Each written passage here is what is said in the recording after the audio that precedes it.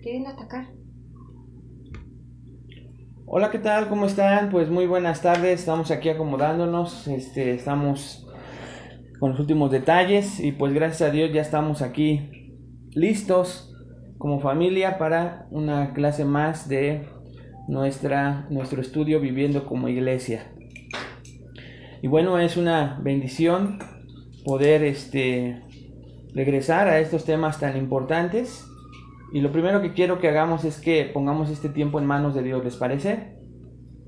Vamos a orar para poner este tiempo en manos de Dios y Él sea quien nos dé entendimiento a mí para poder dar una clase correcta, bíblica, basada en su palabra, y a ustedes como oyentes para que el Espíritu Santo les ayude a entender aún las cosas que yo en mi humanidad pudiera complicar. Padre, te damos gracias por esta noche, gracias porque tenemos la bendición de poder reunirnos. Gracias por los medios, gracias porque aún a la distancia, Señor, gracias porque aún con las complicaciones en el contexto en el que nos encontramos en este momento alrededor del mundo, en nuestra nación también, tenemos la gran bendición de poder tomar unos instantes para considerar tu palabra. Sobre todo este tema tan importante. Importante para creyentes verdaderos, para hijos tuyos, que anhelan, Señor, ser un reflejo de tu gloria en esta tierra mientras tú regresas por nosotros. Con ese deseo te pedimos que nos des entendimiento a mí, Señor, para poder transmitir tu palabra, tu voluntad, tu intención y a mis hermanos para que aún, Señor, en medio de mis errores humanos, ellos puedan comprender lo que tú tienes para ellos esta noche. Te lo pido en el nombre de Cristo Jesús. Amén. Ok, hermanos, pues vamos entonces a comenzar.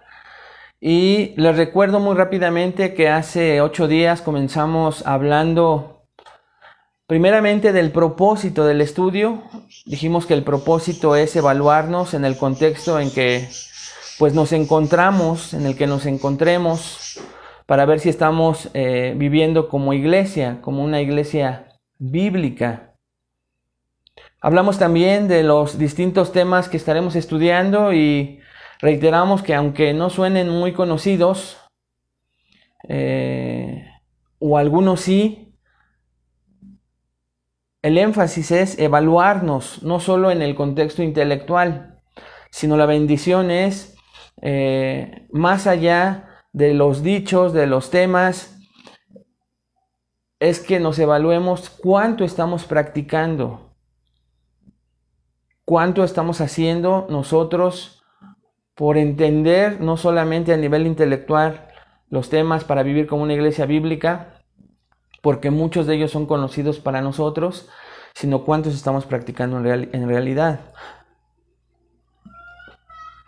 Y lo último que quiero recordarle pues son los puntos preliminares de nuestro primer tema que dijimos es la unidad. La unidad. Y hace 8 días vimos acerca de la unidad y comenzamos haciendo una pregunta y contestando esta pregunta. ¿Por qué es importante la unidad para la iglesia local? Y para contestar esta pregunta, vimos 3 verdades bíblicas del por qué es importante la unidad para la iglesia y usamos como base bíblica Efesios capítulo 2 al 4. De hecho, solo estudiamos o leímos juntos y vimos detalles de Efesios 2. Vimos que la primer gran verdad bíblica del por qué es importante la unidad para la iglesia local es que pertenecemos a Dios, pero vivimos en este mundo. Estamos llamados a estar un día por la eternidad con el Señor, pero vivimos en este mundo. Y al vivir en este mundo, fuimos colocados soberanamente por la decisión de Dios en un cuerpo local. Y entonces estamos tomando del libro de Efesios, de la carta de Pablo a los Efesios, grandes verdades teológicas que nos ayudan a comprender que en el capítulo 1 Dios nos muestra a través de Pablo escribiéndole a los Efesios el plan maravilloso de salvación, pero también el plan de la creación de su iglesia. Vimos que es un plan trinitario donde participa Dios Padre, Dios Hijo y Dios Espíritu Santo, y que esto nos ayuda, hermanos, a comprender que la salvación le pertenece completa y absolutamente a Dios. Y también esto nos ayuda a poder comprender que ahí mismo Dios creó su iglesia, su cuerpo, su familia, le denomina de diferentes maneras. Y esto es importante saberlo porque ya en el capítulo 2, el Señor nos enseña que aunque pertenecemos a Él, vamos a estar eternamente con Él, vivimos en este mundo y fuimos colocados en iglesias locales. La segunda verdad bíblica es que debemos glorificar a Dios en nuestra vida como iglesia.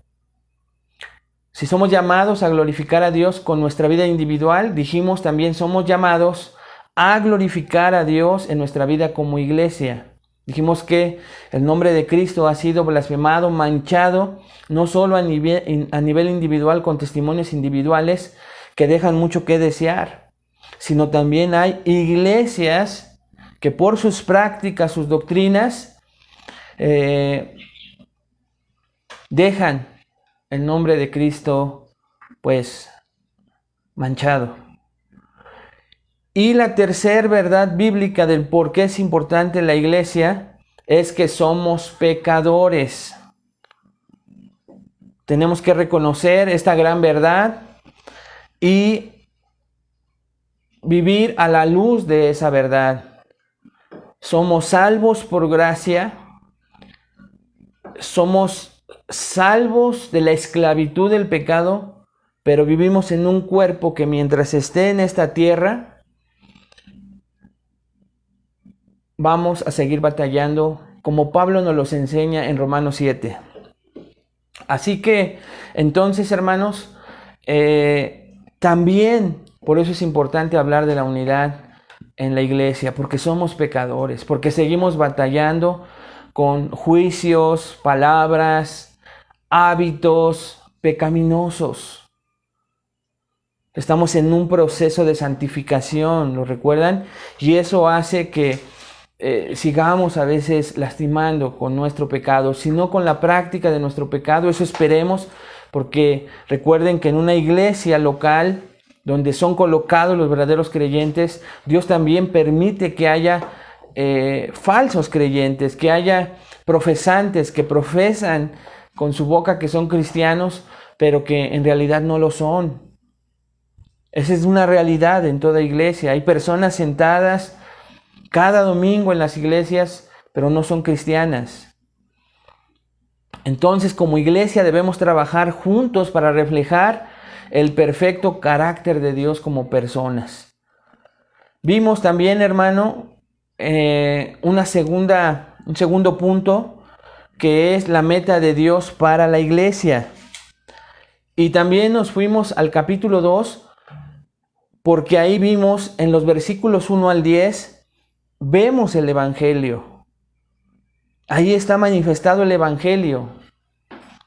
Y Él os dio vida cuando estabais muertos en vuestros delitos y pecados. Comienza a hablar Pablo, a recordarle a los efesios esa condición pasada, hasta llegar al versículo 10, en donde se afirma que la salvación es solo por gracia, para que nadie se gloríe. Y de esas obras que Dios preparó de antemano para que anduviésemos en ellas. Y ahí vemos que solo el Evangelio no solamente creó una nueva criatura, como lo sigue haciendo, como lo hizo en ti y en mí, sino también solo el Evangelio creó unidad. No hay unidad sin el Evangelio en una persona y en una iglesia. Y como la iglesia es cada persona de nosotros, para que haya esa unidad necesita el Evangelio ser una realidad en un creyente. Y aún así, muchas veces cuesta trabajo. ¿Por qué? Porque somos pecadores. Pero imagínense cuando el Evangelio no hizo una nueva criatura. Porque hoy las iglesias están llenas de personas que creen que son creyentes, que afirman ser creyentes, por diferentes prácticas eclesiásticas que más adelante vamos a ver, no dan la seguridad de que una persona lo sea. Y vimos que entonces el Evangelio es el que crea la unidad, y eso lo vimos en Efesios 2 del 1 al 10, y del 11 al 22 vemos las implicaciones del Evangelio, hermanos. Las implicaciones del Evangelio entonces son que no solamente Dios nos hizo nacer de nuevo, sino que hay implicaciones de ese nuevo nacimiento. Y la primer gran implicación a la que le dimos énfasis hace 8 días es que si la salvación es la obra soberana, completa y absoluta de Dios, y así lo creemos, tenemos que también creer que su voluntad fue ponernos inmediatamente en un cuerpo local, que pertenecemos a la iglesia invisible, a la iglesia universal como la conocen algunos otros, pertenecemos a ella, pero fue la voluntad de Dios ponernos, sumergirnos, bautizarnos, colocarnos, según 1 Corintios 12, en un cuerpo local. Esa fue la voluntad de Dios. Y no podemos aceptar la salvación y rechazar el ser puestos en un grupo, en un cuerpo, en una familia, en un rebaño donde Él es el pastor, en un cuerpo donde Él es la cabeza, en una familia donde Él es el padre.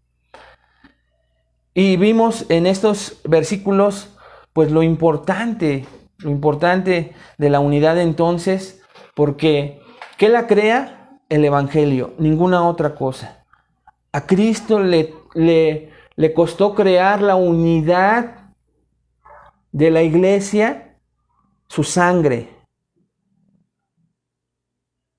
Ese es el costo de la unidad. Dijimos que hay 2 implicaciones o 2 dimensiones de la unidad. Fue lo último que vimos, y vimos solo una dimensión.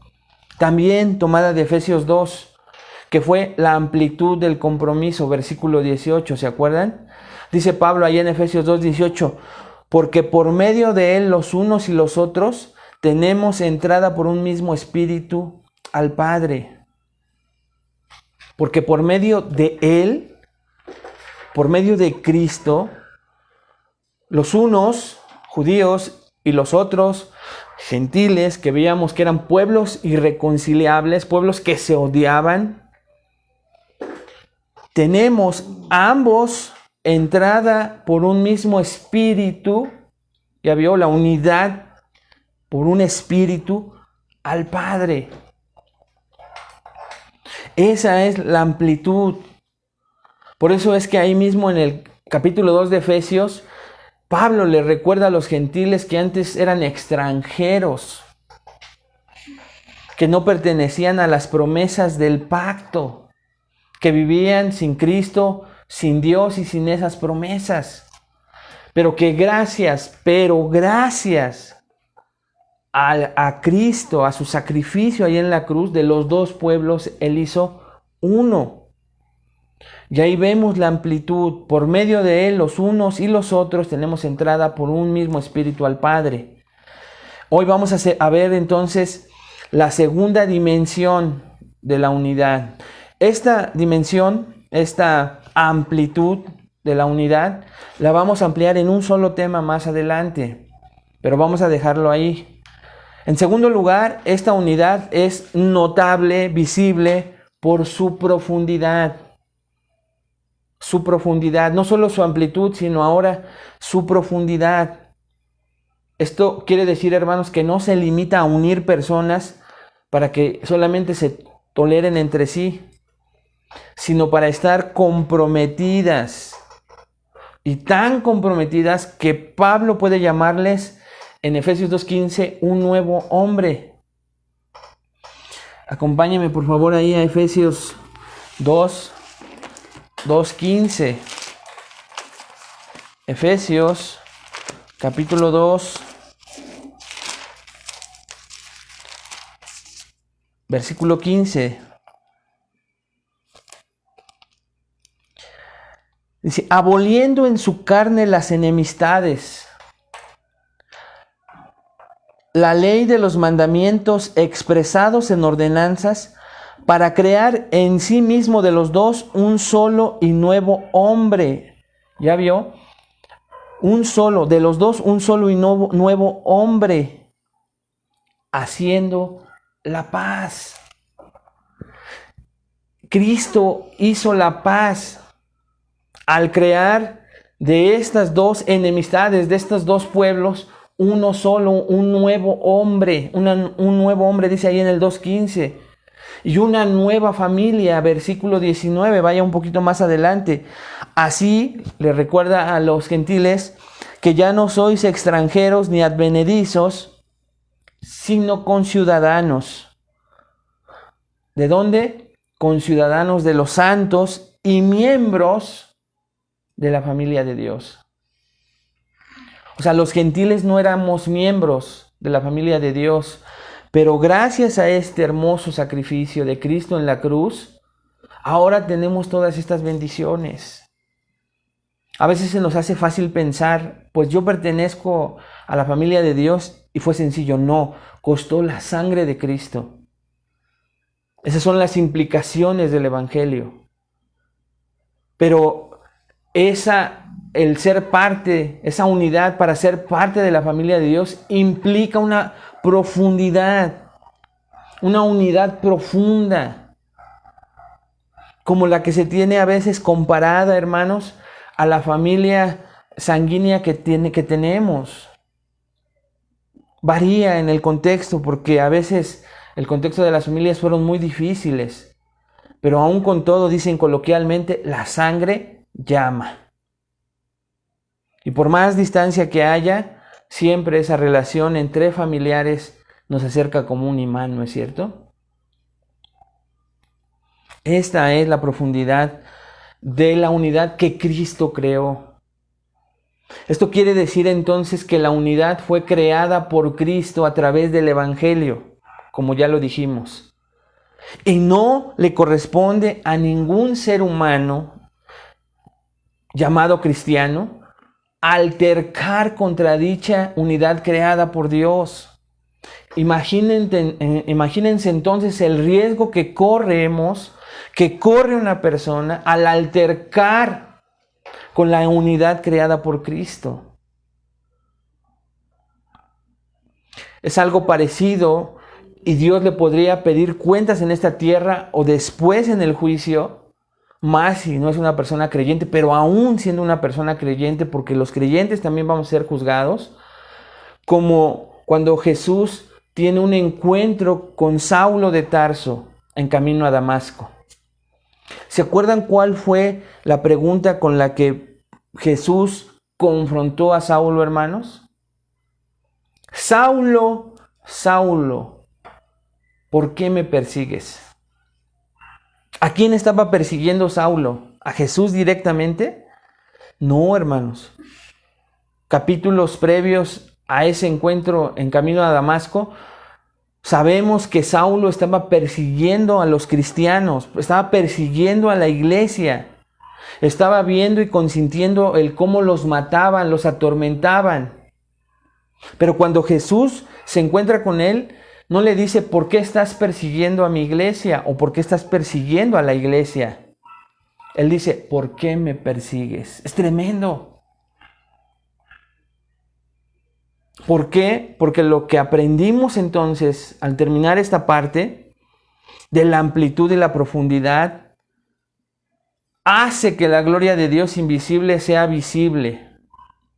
Y ese es nuestro llamado como iglesia, a preservar la unidad.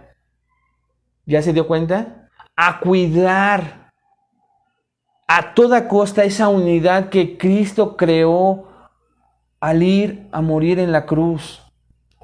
Si bien es cierto que a la audiencia a la que le escribió hablaba de dos pueblos, judíos y gentiles, en un contexto actual, Cuando una persona es salvada por Cristo, rescatada de la vana manera de vivir, es colocada en un cuerpo donde parece que hay exactamente lo mismo como decíamos hace 8 días. Personas de diferente contexto social, cultural, de idiosincrasia, de hábitos, de edades, de contexto social, educación, etcétera, etcétera, con grandes diferencias. Pero todas esas diferencias fueron también derribadas, quitadas por Cristo, que creó esa unidad para que llegara y siga llegando gente de todo tipo a la iglesia. Y hay de aquel que atente contra esa unidad que Cristo creó en una iglesia local. Tenemos que tener cuidado y temblar cuando recordamos y somos enseñados que la unidad en la iglesia no la promueven las ideas humanas, no la promueven no porque sean malos los convivios, las visitas pastorales, las llamadas. Todo eso lo hace un cristiano, un verdadero creyente, para preservar la unidad que Cristo propició en la cruz. Entonces es para preservarla y ya no somos el origen, ¿se da cuenta? Porque cuando el hombre cree que es el origen de la unidad, a veces él es el que se quiere enaltecer. Esta iglesia lleva tantos años gracias a que en medio de tantas luchas, tantas divisiones, nos hemos mantenido creando la unidad. No creaste nada. La creó Cristo y a nosotros nos toca preservar. Fíjate cómo cambia completamente la idea. Cómo debería cambiar completamente la idea de cualquier creyente. Yo tengo que estar cuidadoso, precavido, con temor al Señor. Ese temor de no lastimar su corazón al no lastimar la unidad que Él creó en esa iglesia local. Y esa es la base para la unidad. Saber que Cristo fue el creador, que solo la creó a través del Evangelio, que hay una amplitud porque llega a todo tipo de personas y hay una profundidad en esa unidad. ¿Por qué? Porque se creó un solo hombre y se buscan lazos profundos, más allá de lo natural, más allá de buscar lazos étnicos, familiares, más profundamente. Jesús, hermano, Jesús dio algo, una manifestación, una afirmación que en ese momento ha de haber sacudido a quienes la escucharon y también hoy a muchos en la iglesia. Dice que estaban las multitudes y de repente alguien al frente de esas multitudes que no dejaban llegar a sus familiares, le dicen: te buscan tu madre y tus hermanos. ¿Se acuerdan de la respuesta de Jesús? Contundente: mi madre y mis hermanos son los que hacen la voluntad de mi Padre que está en los cielos. Él es la cabeza y Él nos da el ejemplo. Tengamos cuidado entonces con altercar, con intentar lastimar, dañar e invadir, corromper con la unidad que Cristo creó en la cruz del Calvario. Él es el creador de la unidad y nosotros no somos quien para altercar contra ella. Y sin embargo sucede hoy en las iglesias, ¿no es cierto? Esta unidad, esta amplitud y esta profundidad, hermanos, tiene pues competencia. Y entonces vamos a ver que hay una unidad falsa que se ha metido en las iglesias a través de dos enseñanzas que se van diluyendo en varias partes, se denominan de diferente manera. Pero yo quise resumirla solo en dos unidades falsas que tenemos que tener cuidado, tenemos que ver si no es la unidad que a veces nosotros mismos creamos, porque nos toca guardar la unidad. Pero a veces en el conocimiento, idea falsa de pensar que nosotros creamos la iglesia, nos metemos en estas unidades falsas. La primera unidad falsa es la unidad organizativa.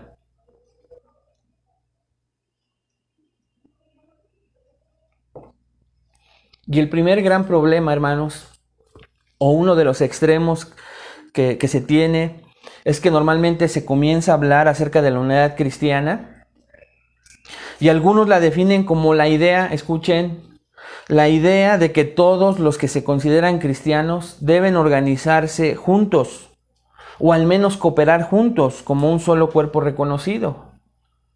Así que todos los que se consideren cristianos, piensa este tipo de personas, este tipo de organizaciones, deberíamos de estar unidos y no estar divididos, no estar hablando de diferencias. Hoy en las redes sociales se promueve esto. Y a veces, hermanos, es por el exceso de juicios humanos, el exceso de juicios y críticas que no conllevan amor. Esto también es una realidad. Pero lo cierto es que la unidad organizativa es una unidad falsa. A este tipo de unidad, hermano, hoy se le conoce como ecumenismo, ecuménico. Mira, yo no sé qué tipo de denominación cristiana tienes, pero tenemos algo en común. ¿Quién es? Pues que crees en Cristo y yo también. Vamos a unirnos, no hay que estar divididos, no hay que estar peleados.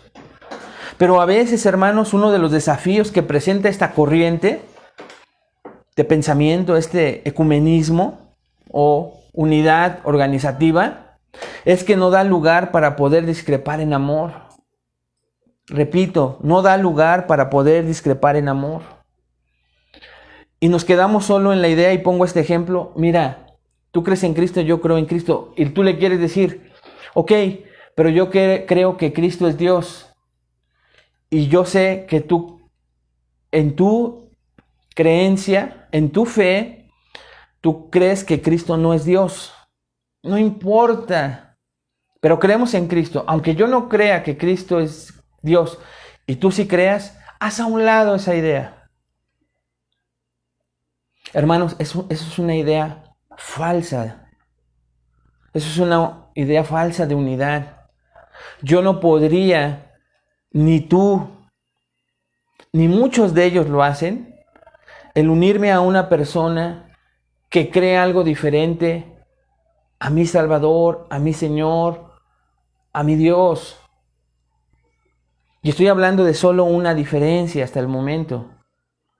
Porque esa simple, entre comillas, porque es algo importantísimo, diferencia con el paso del tiempo va a crear un caos. Va a crear problemas, conflictos, divisiones.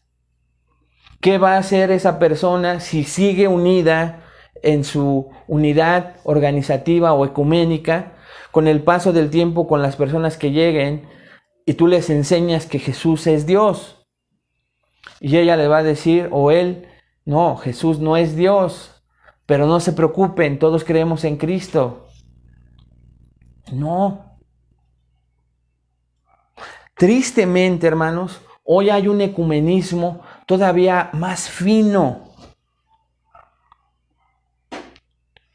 Y este ecumenismo es de cristianos verdaderos y otros cristianos profesantes falsos que están en las iglesias teniendo que aceptar cosas en las cuales han sido enseñados no están conforme a las Escrituras, pero por mantener la unidad, tener pavor de permanecer en un lugar y en el nombre de la unidad de la iglesia, se dejan creer, someter en la práctica, ya no solo en lo intelectual, sino en la práctica, a cosas que ellos saben no son bíblicas. Y sobre todo, hermano, en el área de la eclesiología, que es lo que vamos a ver más adelante en los 2 estudios restantes.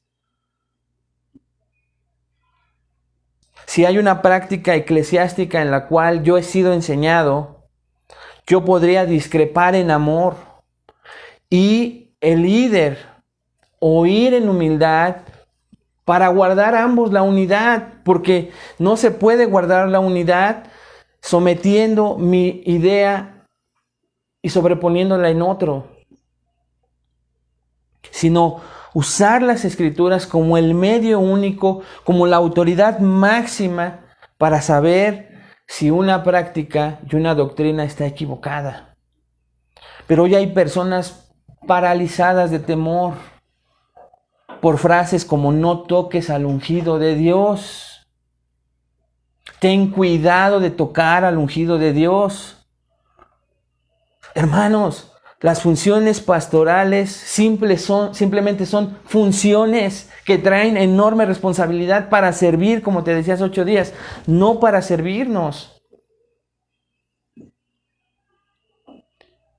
La tarea pastoral es difícil no por el poder que obtienes. Si alguien piensa de esa manera, que se salga, que se quite.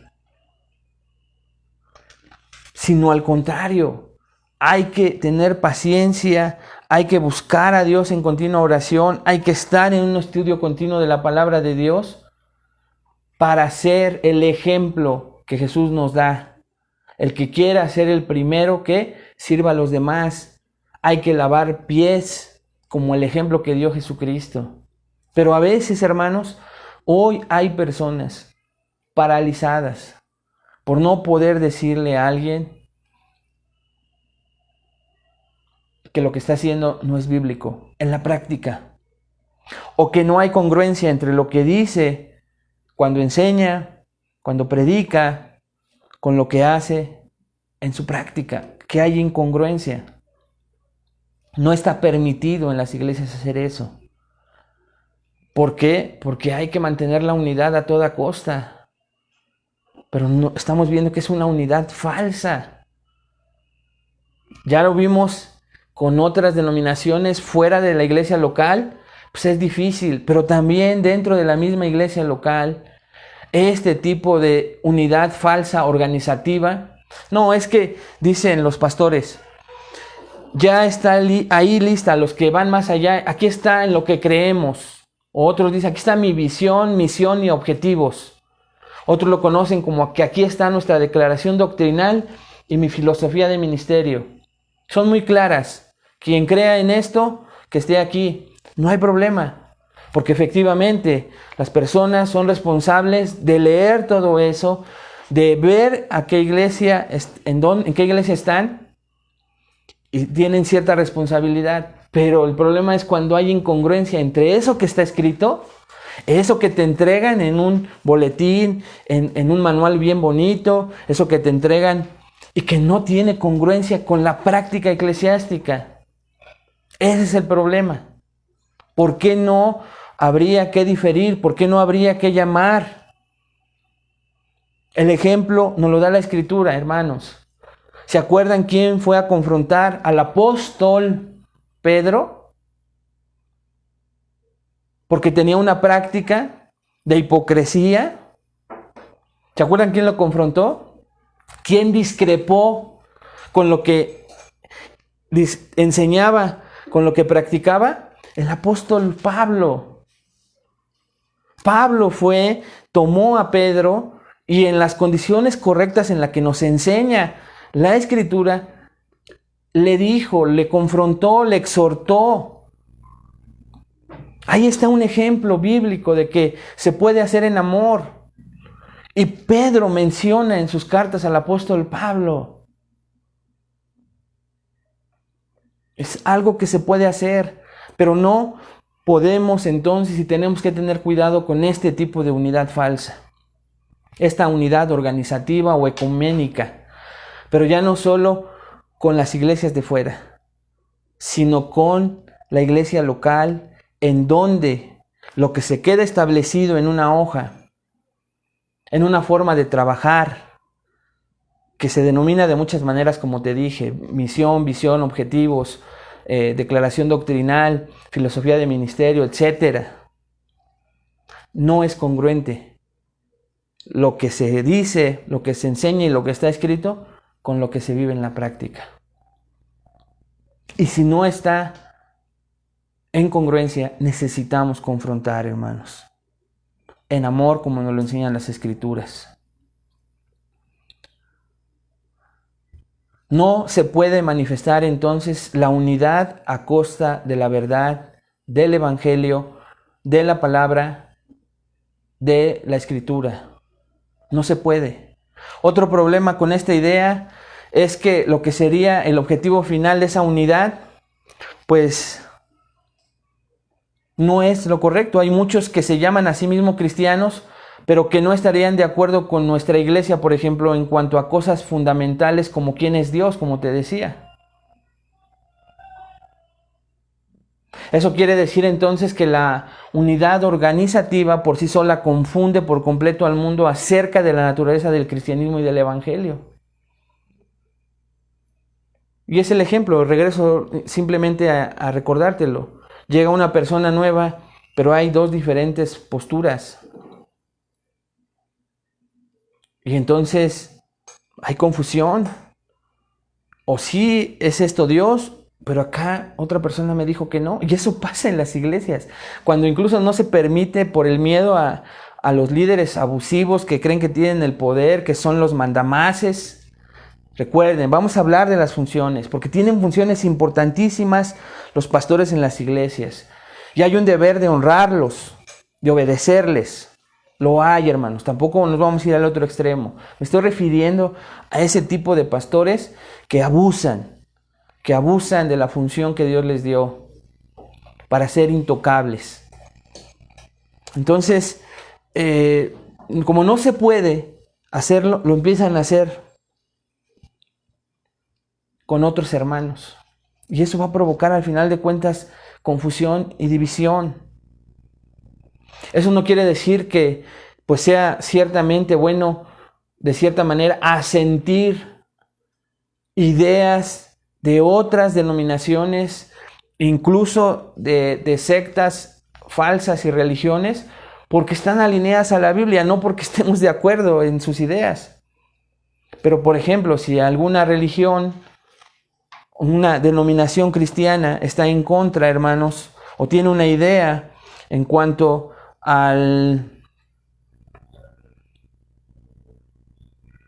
por ejemplo, al derecho de los no nacidos, y nosotros coincidimos con eso, pues esa parte de idea nosotros la compartimos, pero eso no implica una unidad con ellos. Eso es diferente. No es esa unidad sobrenatural del Evangelio de la cual Pablo habla en Efesios y que a continuación vamos a ver. Entonces, tengamos cuidado con la unidad organizativa o ecuménica. Segunda unidad falsa, la unidad extraevangélica.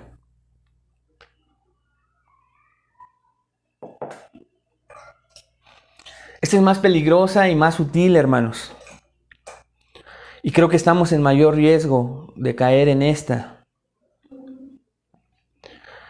Este tipo de unidad extraevangélica es aquella, hermanos, les pongo este ejemplo, como por ejemplo que se convierte a alguien que es maestro.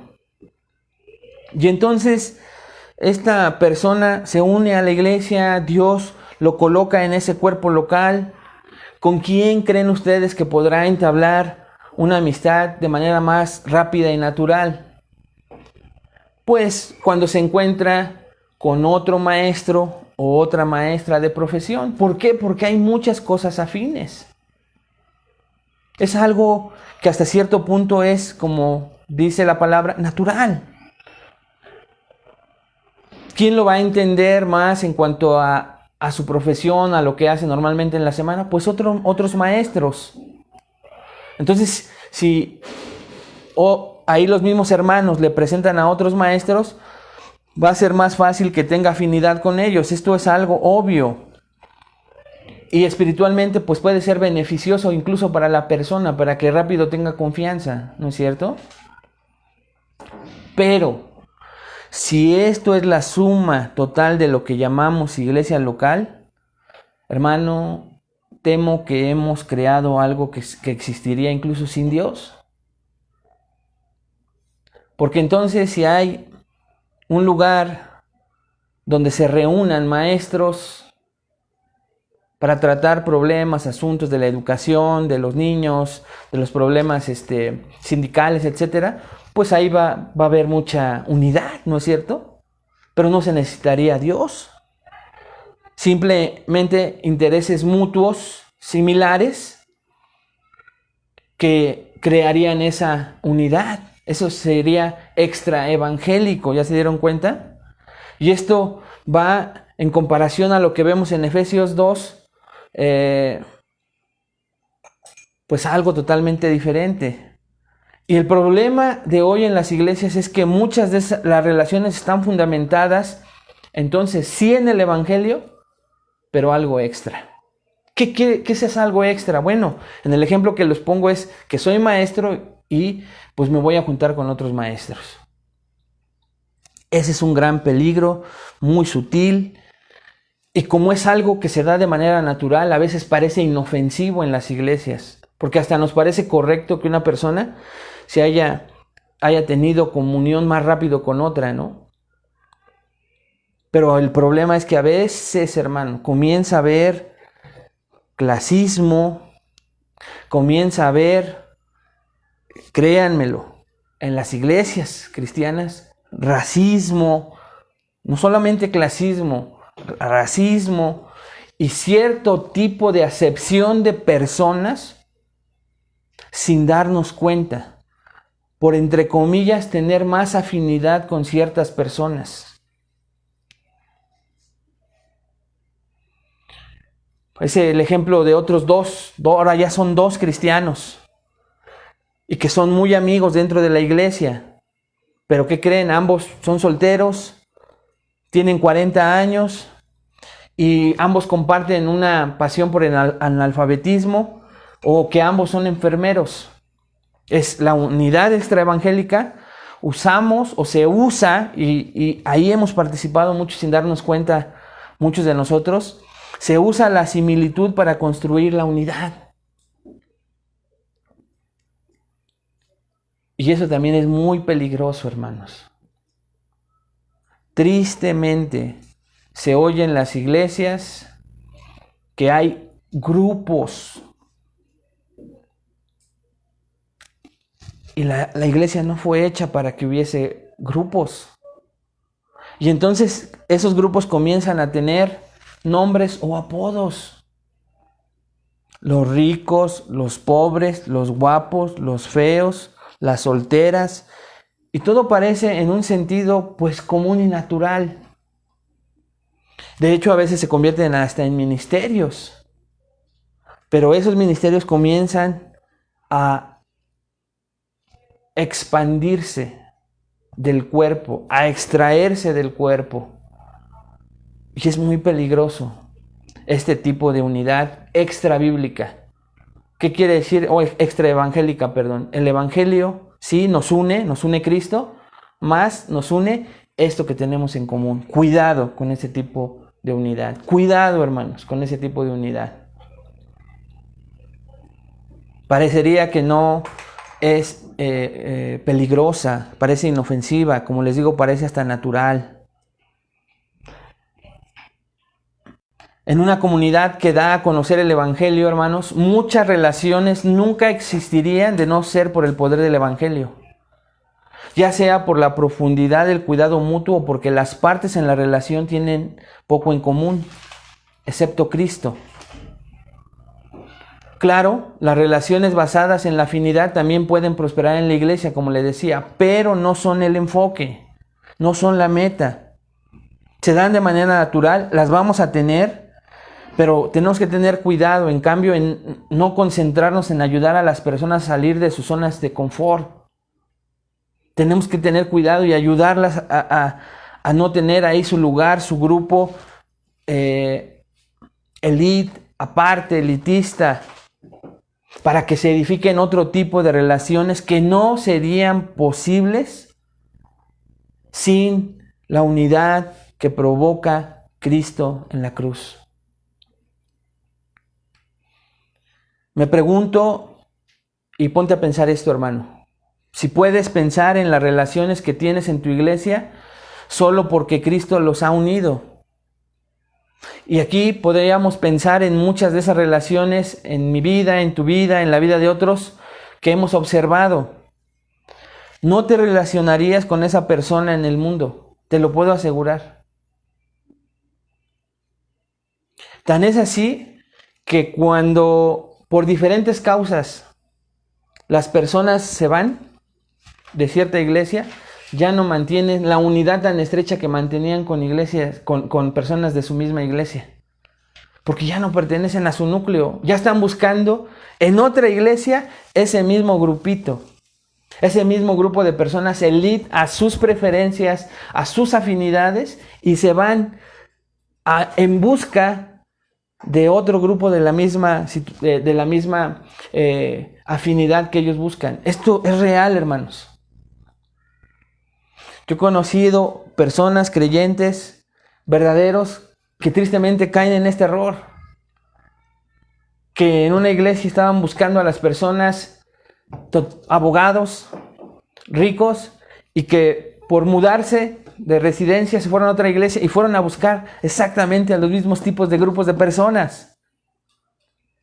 Y cuando les pregunto al grupo de personas con los que se unían en otra iglesia, ¿qué pasó con esta? Ya no nos habla. Ya tiene otro grupo nuevo. Eso no debería de pasar. Esa no fue la unidad que Cristo creó, hermanos. Tenemos que tener mucho cuidado. Porque estamos unidos en Cristo. Y en Cristo se tiene un cuidado, una preocupación, un afecto familiar, el uno por el otro. Pero es algo sobrenatural que Cristo, a través del Espíritu Santo, de esa elección soberana de Dios Padre, creó, hermanos, al crear no solo a un cristiano con su plan de salvación, sino a la iglesia. Es algo como dice el manual de 9 marcas, que cuando tienes un globo y lo frotas y después lo pones cerca de tu cabello, conforme lo vas moviendo en tu cabeza, los cabellos se van siguiendo, ¿no es cierto? Eso es algo natural, el amor sobrenatural, la unidad sobrenatural que se da por consecuencia. Eso no quiere decir que deberíamos evitar cualquier relación en la que compartamos algo con los demás. No. O que no deberíamos de ser amigos de otros hombres casados en la iglesia a los que les guste cierto tipo de música, cierto tipo de deportes. No, hermanos, tampoco. Dios usa nuestras similitudes naturales. Las va a seguir usando en la iglesia. Pero tenemos que tener cuidado, porque los gustos se atraen entre sí. Y eso es natural. Pero algo importante a considerar es que si dejamos que las diferencias se conviertan en una barrera para la comunión o una invitación para participar conjuntamente en glorificar el Evangelio, es lo que sucede actualmente en las iglesias. Yo no voy con esta persona porque en realidad no me cae. Yo sé que no lo educaron, yo sé que... Y empiezan ese tipo de frases, hermanos, en donde empezamos a hacer acepción de personas. Tengamos cuidado. La unidad entonces que importa es aquella que logra los propósitos de Dios en sí. Es demostrablemente sobrenatural. No es una unidad que se construye alrededor del Evangelio más algo más o otro vínculo, sino es la unidad que da a conocer el Evangelio. Entonces, tengamos cuidado con estos dos tipos de unidad. Tengamos cuidado y reflexionemos esta noche. ¿Cuántas veces nosotros olvidamos, como ya vimos en la clase 1, que Cristo es el que propició la unidad y que tengo que tener ese cuidado, ese temor reverente de cuidar la unidad en la iglesia? Pero que hoy me doy cuenta no solo de la amplitud, el gran privilegio, el beneficio inmerecido de pertenecer a un grupo y la profundidad de la unidad verdadera. la que creó Cristo, donde derribó barreras de todo tipo, y de recordar que cada domingo o cada vez que yo me reúno en una iglesia local, dejo afuera, hermanos, todo lo que yo crea me da un nombre, prestigio, y todo lo que el mundo ve como algo que diferencia a todos entre sí y que les da cierto poder, cierto carácter por sobre otras personas para hacerlas menos. Vivimos en un país que si realmente, hermanos, no se nota tanto el racismo, por ejemplo, como en Estados Unidos, en México el problema del clasismo es algo que aún en las iglesias hace mucho daño, hermanos. Tenemos que tener cuidado con eso. Y verdaderos cristianos que se olvidan que hay una iglesia invisible, que te prometen que te van a volver a hablar, que van a estar contigo, que van a estar ahí, o ya tienen sus nuevos grupos. Oye, es José Luis, pero a lo mejor tú haces lo mismo. Pues, hermano, dice la Biblia que en cuanto dependa de vosotros, estad en paz para con todos. Y Dios nos ha enseñado como familia a estar ahí, sin una manera, como dice nuestro pastor Ascari aquí en la iglesia. No de una manera invasiva. Pero sí hay que saber cuándo las personas están poniendo ya barreras en donde ya no quieren tener una relación contigo. Pero quienes nos conocen saben que en el momento en que suene un teléfono, toquen la puerta, siempre estamos para servir a quien sea. Y nunca les vamos a condicionar el silencio, la ausencia, sino que simple y sencillamente nos hicimos a un lado porque vimos que ya tenían otros grupos, otras cosas afines, otras prioridades, y que ya no les interesaba seguir guardando la unidad, la amistad y el amor en Cristo Jesús. Tenemos que tener cuidado entonces, hermanos, con estos dos tipos de unidad falsa. Revisar, porque yo creo que todos hemos caído en esa unidad ecuménica. Muchos de nosotros incluso venimos de lugares en donde tuvimos que callar muchas cosas por intereses propios y pecaminosos. Nos hicimos cómplices de prácticas equivocadas. Y cuando hay ignorancia, pues pasa.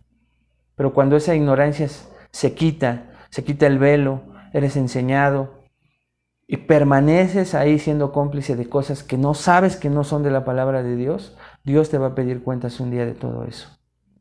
Y yo sí conozco gente que sigue callada, que se le dieron puestos de liderazgo, que se les dieron servicios, y que aunque vean incongruencia en sus pastores, en sus líderes, les es más preciado el puesto, el lugar, el servicio y lo que entre comillas obtienen de él, y se quedan callados.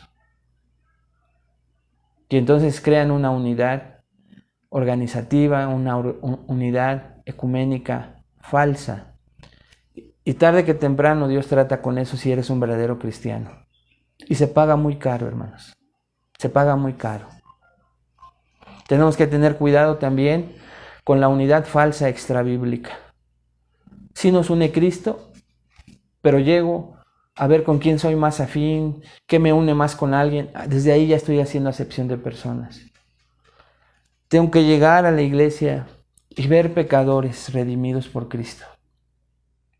Dejar todo, como te decía, todo, para que al entrar a esa puerta yo sea simple y sencillamente un pecador redimido por Dios.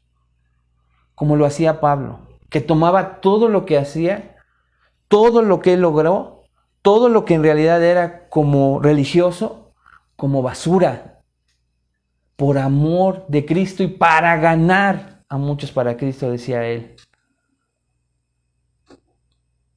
El Rey de Reyes y Señor de Señores, que estaba sentado en su trono, nos dice que se humilló a sí mismo y tomó la forma de hombre.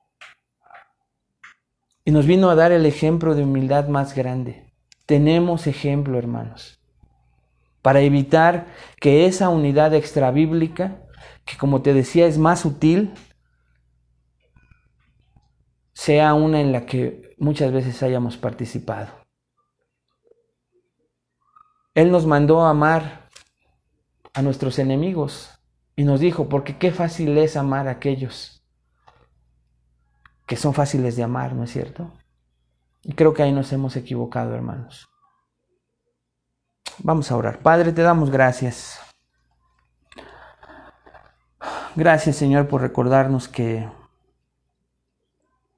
al ser tú el creador de la unidad, al ver el costo de esa unidad que propiciaste, Señor, al ponernos para estar junto a otras personas con muchas diferencias a nosotros, sí similitudes, pero muchas diferencias.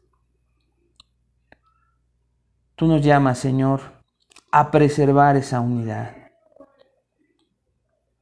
Ayúdanos esta semana a meditar cuánto vivimos a la luz de que tú eres el creador de la unidad en la iglesia. No solo por tu salvación en nosotros, soberana, sino porque en esa soberanía nos pusiste en un cuerpo de acuerdo a tu voluntad. No te equivocaste, Señor. Ayúdanos a permanecer en la medida de lo posible, Señor, aceptando tu voluntad. Y ayúdanos a evitar estas dos unidades falsas. Revisa el corazón de cada uno de nosotros y permítenos ver, Señor, en nuestro caminar cristiano, cuántas veces hemos participado de estas unidades falsas. Cuántas veces lo hemos hecho por ignorancia. Muéstranoslo, Señor. Y también cuando lo hemos hecho deliberadamente por motivos pecaminosos. Y perdónanos, Señor. Y ayúdanos a evitar estos dos tipos de unidad falsa. Necesitamos saber entonces qué es la unidad y te pedimos que prepares nuestro corazón para la última clase, Señor, que habla de este tema, donde tú nos quieres enseñar entonces qué es la unidad de acuerdo a tu palabra, para que podamos abrazar esa verdad y nos podamos esforzar en vivir a la luz de ella. Te lo pedimos en el nombre de Cristo Jesús. Amén. Amén, hermanos. Pues reflexionemos sobre estas tres grandes verdades y que Dios nos ayude a no atentar contra la unidad que Cristo creó en la iglesia y a no atentar revisando si participamos sobre todo de estas dos que hoy estudiamos, estas dos unidades falsas. Que Dios les bendiga, que tengan bonita noche y pásenla bonito, hermanos.